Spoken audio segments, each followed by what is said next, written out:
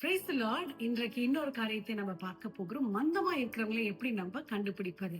அவங்களுடைய இன்னொரு குணாதிசயம் என்ன என்றால், தேவன் ப்ரொகாஸ்டினேட்டிங்ஸ், அதாவது காரியங்களை தாமதம் தாமதம் பண்ணுவாங்க. அப்புறம் பார்த்துக்கலாம், நாளைக்கு செஞ்சிடலாம், இருக்கட்டும் அப்படின்னு சொல்லிட்டு அது முயற்சியை எடுத்து அவங்க செய்யறதுல கொஞ்சம் அவங்க தயங்குவாங்க. நீதிமொழிகள் 20ஆம் அதிகாரம் 4ஆம் வசனத்துல என்ன போட்டிருக்கின்றால், மந்தமாய் இருக்கிறவங்க உழுகிற நேரத்துல போய் விதைகளை விதைக்காமல் அறுவடை நேரத்துல போய் காரியங்களை தேடி பார்க்கும்போது ஒன்றும் கிடைக்காது.